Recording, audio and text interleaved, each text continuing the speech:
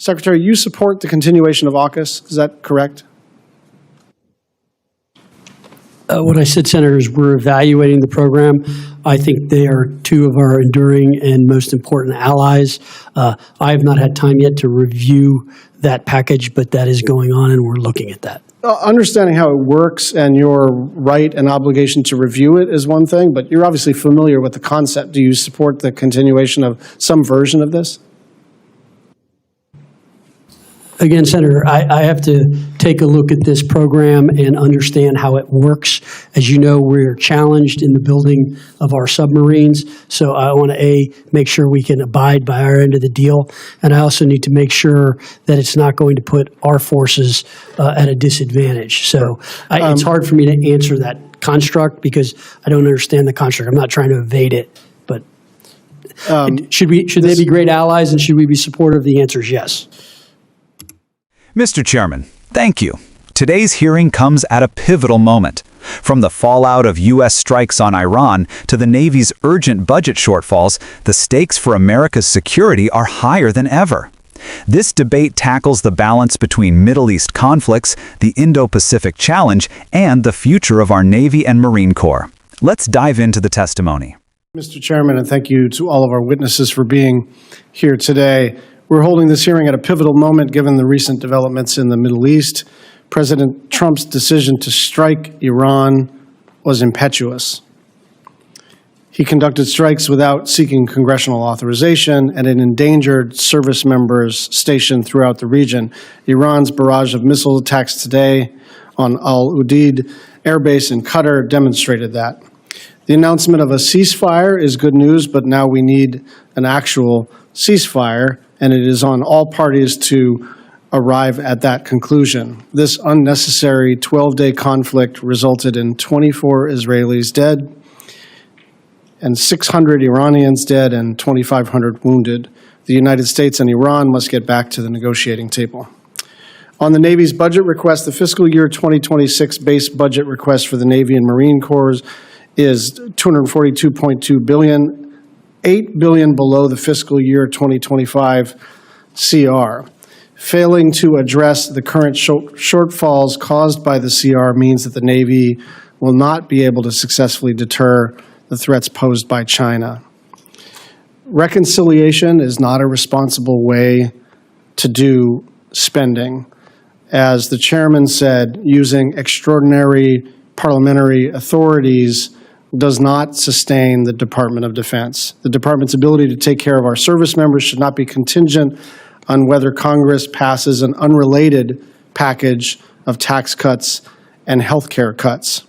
There are several areas in this request which I believe need further discussion. The first is shipbuilding. Secretary Phelan, I continue to be concerned that the Navy and industry struggle to build a variety of key platforms, including the Columbia-class and Virginia-class submarines. Hawaii uniquely understands the importance of the health and maintenance of the fleet. Time and again, Congress has been asked to cover cost growth or to support budget gimmicks that result in the government sometimes paying the same bill twice. Worse, this budget doesn't even request the bare minimum. The Navy requests only one Virginia-class submarine, hoping reconciliation will provide a second one. But even with reconciliation, the Navy is still about $2 billion short of what it needs. Secretary Phelan, I'd like to hear your plan to build up our maritime industrial base. Next, on maintenance, continued delays in ship maintenance combined with extended deployments are placing an unsustainable burden on both our fleet and our people. Backlogs accumulate risk across the force. The committee needs to hear the Navy's plan to ensure it is retaining experienced shipyard workers and expanding the workforce to grow capacity and prepare for the future. Lastly, I want to hear about the Navy and Marine Corps' evolving posture in the Middle East and the Indo-Pacific.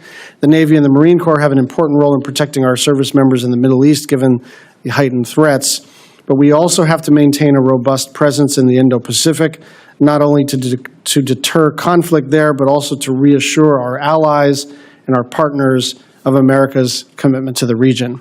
I'd like to hear about the cost of sustaining such a presence and whether our current resources are sufficient to meet the demands. I want to thank you all for your service to the country, and I look forward to the hearing. Thank you, Chairman.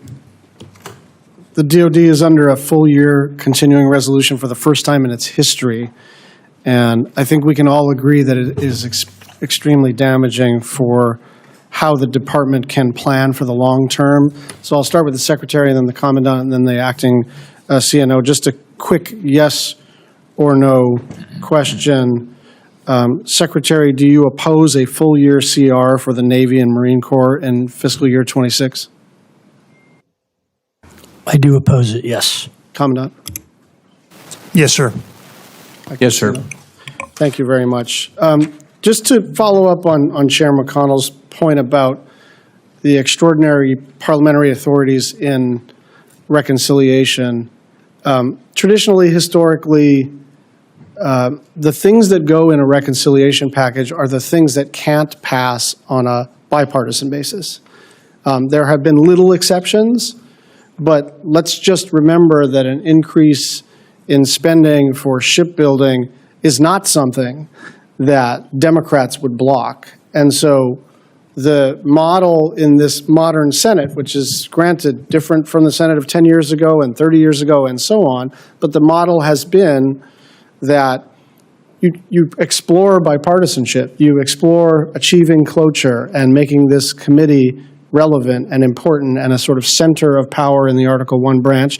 And if you fail, then you have these extraordinary authorities to go elsewhere. But to go elsewhere before you even try to cut a deal with Democrats who are saying, we'd like to cut a deal, may not be the wisest course of action. Secretary, you support the continuation of AUKUS, is that correct? What I said, Senator, is we're evaluating the program. I think they are two of our enduring and most important allies.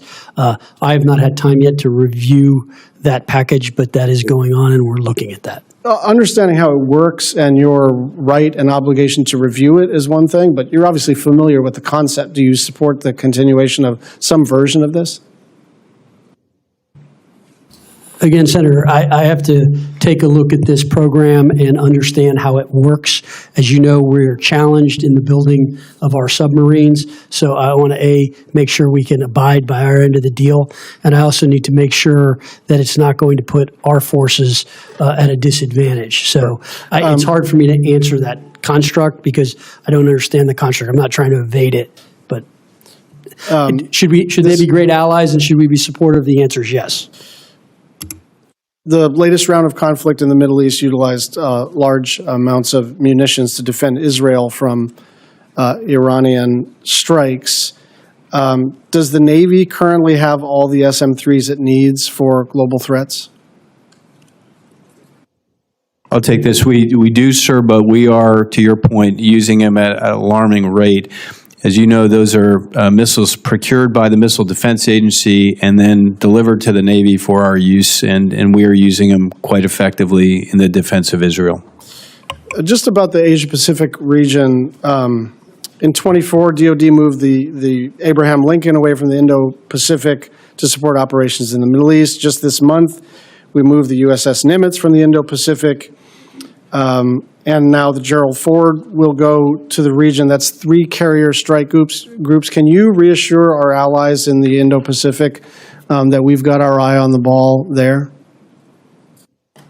I can tell you, sir, sitting in the tank as the acting chief, that every combatant commander is involved in these decisions and understands what's happening.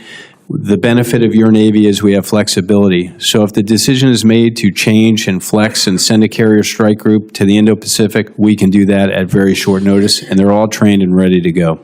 Thank you. Secretary, I sent you a letter and asked for a response by the 16th of June, and we're still waiting on that. My understanding is it's on your desk for review, so I want to be as fair as possible. But the use of a Hawaiian island for inert bombing training cannot be called essential and cannot be waved away on the basis of it being important for national security.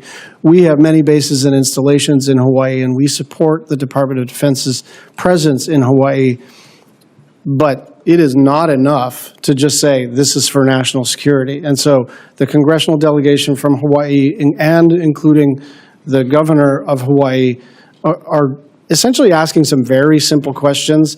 Among them, have you done an alternatives analysis? Is this the only place that you can conduct a training where you're dropping 500-pound inert bombs? Why are you scaling this up? When do you conduct these activities? Why not CNMI or California or anywhere else? I don't expect you to answer that in the next 4 seconds, but I'd like your quick comments and your commitment to get back to the delegation in writing as soon as possible. I did recently get your letter. Thanks for sending that. And obviously, we spoke on the phone briefly as well. Look, we've been using that range for some time, both us and the Air Force, from what I understand. It is an important range, and I look forward to getting back to you with an appropriate answer and studies we've looked at in terms of others as well. Thank you. I will come back to you. Thank you. The Senate Armed Services Committee's latest hearing took place at a crossroads moment in U.S. foreign and defense policy. What began as a discussion of one recent flare-up in the Middle East evolved into a wide-ranging examination of America's global commitments, the limitations of its defense budget, and the strategic choices facing the Navy and Marine Corps. Lawmakers, witnesses, and military leaders all found themselves wrestling with the same central dilemma. How can the United States sustain its role as a global power when the financial foundation of its military is unstable and the political process that underpins it is increasingly polarized? The context was stark. A 12-day conflict had erupted between Iran and Israel, with the United States dragged into the middle of it.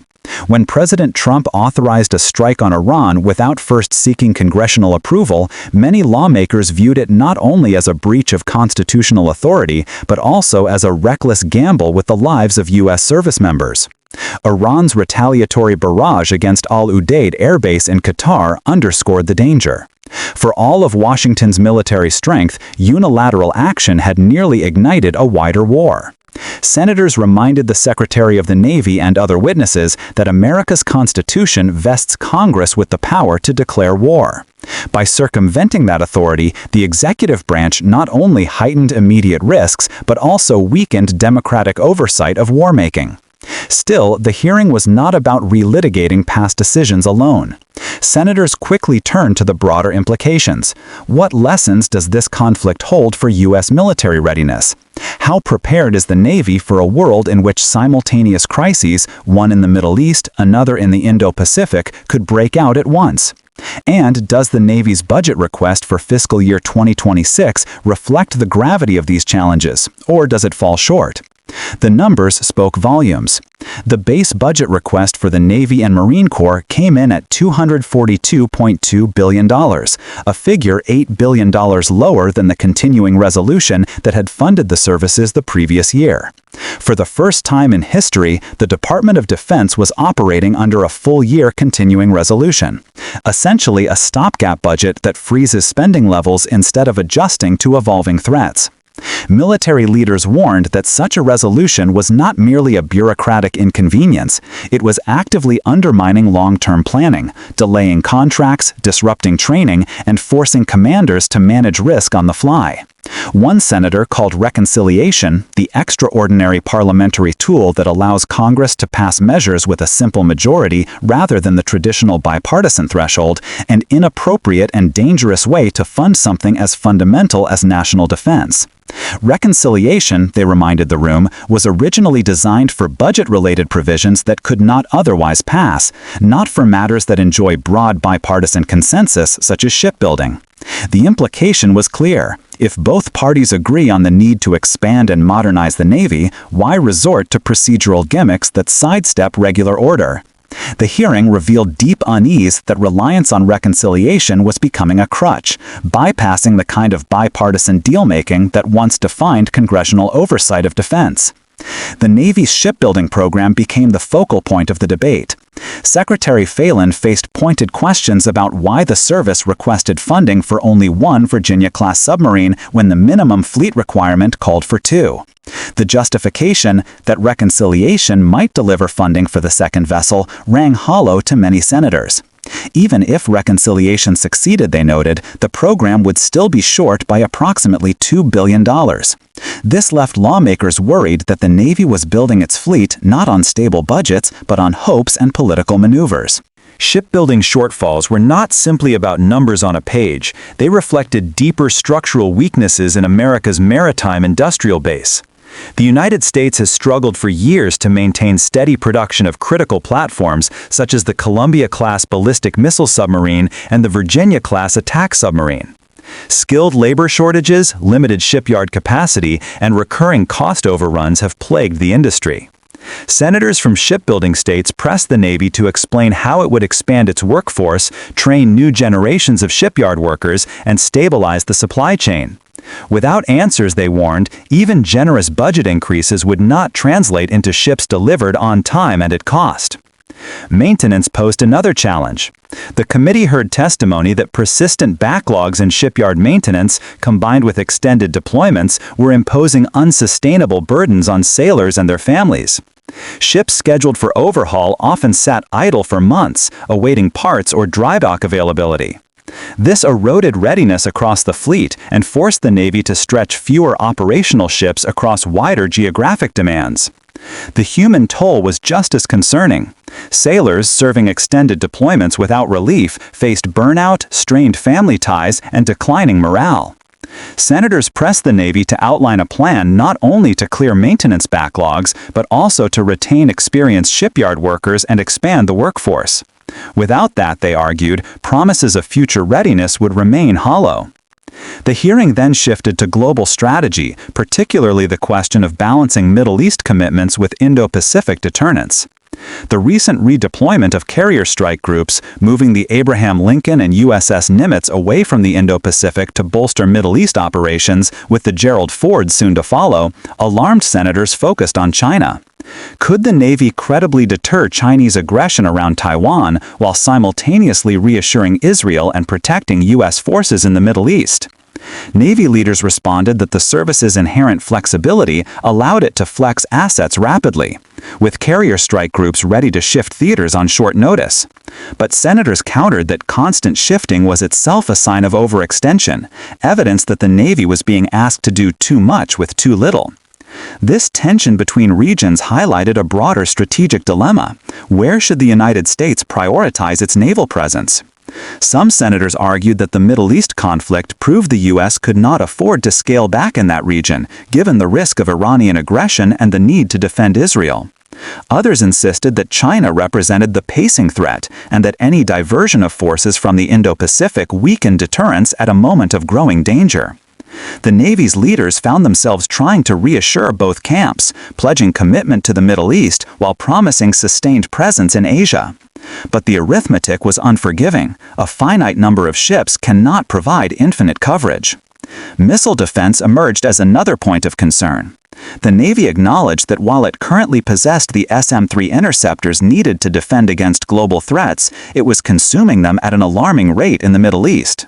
These missiles, procured by the Missile Defense Agency but operated by the Navy, were being used extensively to protect Israel from Iranian strikes. Senators warned that at this pace, stockpiles could dwindle, leaving the Navy vulnerable in other theaters. The hearing underscored that munitions production capacity is just as critical as shipbuilding. Without a robust pipeline of interceptors, the Navy's ability to sustain global operations is compromised. Another sensitive topic was the AUKUS partnership, the trilateral agreement between the United States, the United Kingdom, and Australia to provide nuclear-powered submarines to Canberra. Senators pressed Secretary Phelan on whether he supported continuation of the program. His response was cautious. While acknowledging that Australia and the UK are among America's most enduring allies, he said he needed to fully review the program to ensure it would not disadvantage U.S. forces. This hedging reflected broader anxieties. Can the U.S. shipbuilding industry handle both its own needs and the commitments of AUKUS without falling further behind? As if the budget, shipbuilding, and strategic posture issues were not enough, the committee also delved into the use of Hawaiian Islands for inert bomb training. Senators from Hawaii, along with the state's governor, had raised objections, questioning whether this training was truly essential and whether alternative sites had been considered. They demanded written answers. Why Hawaii, and not the Northern Mariana Islands or California? Why expand the scale of training now? Secretary Phelan promised to respond in writing, but defended the range as important and long-standing. The exchange highlighted another enduring challenge, balancing military training requirements with environmental stewardship and community concerns. Throughout the hearing, one theme recurred: the danger of governing defense through crisis management and procedural shortcuts rather than long-term strategy. Senators warned that reconciliation, continuing resolutions, and patchwork solutions might get the Pentagon through the next fiscal year, but they did not provide the stable foundation required to deter adversaries and support allies. They urged a return to bipartisan deal-making that prioritizes national security over partisan wins. The witnesses, for their part, walked a fine line. They acknowledged the challenges, industrial shortfalls, maintenance backlogs, global overextension, but also emphasized the Navy's adaptability and resilience. They portrayed a force capable of meeting today's crises while preparing for tomorrow's. Yet the senators' skepticism was palpable. As one lawmaker noted, flexibility can only compensate for so much. At some point, numbers matter. How many ships are in the water? How many workers are in the shipyards? How many missiles remain in stock? Without addressing those hard realities, reassurances ring hollow. Ultimately, the hearing revealed less about individual policy positions than about the state of America's defense debate. The Middle East crisis showed the costs of executive unilateralism. The budget request showed the risks of congressional dysfunction. The shipbuilding discussion showed the fragility of the defense industrial base. The Indo-Pacific debate showed the difficulty of maintaining global commitments with limited resources. And the Hawaii training controversy showed the tension between national security and local communities. Taken together, the message was sobering. The United States remains a global power with unmatched capabilities, but those capabilities are not inexhaustible. Without stable budgets, expanded industrial capacity, and bipartisan commitment, America risks stretching itself too thin. The Senate hearing was less about scoring partisan points and more about confronting that uncomfortable truth. In the end, the senators left with more questions than answers. Can the Navy truly modernize its fleet while operating under continuing resolutions? Will reconciliation become a permanent crutch, or will Congress rediscover bipartisan compromise? Can the shipbuilding workforce grow fast enough to meet both U.S. and allied commitments? And perhaps most urgently, can the United States manage simultaneous crises in the Middle East and Indo-Pacific without breaking the back of its Navy? For viewers, the debate underscored the stakes of defense policy not as an abstract discussion of budgets and platforms, but as a set of choices that will shape America's role in the world for decades to come. The hearing showed that while America's adversaries test its resolve abroad, its leaders must also resolve the internal dysfunction that weakens it at home. This hearing revealed deep concerns, from unchecked strikes abroad to the fragile state of our shipyards at home. The United States must choose between patchwork budgets and a strategic, sustainable path forward. Allies in both the Middle East and Indo-Pacific are watching. The question now, will Congress and the Pentagon deliver?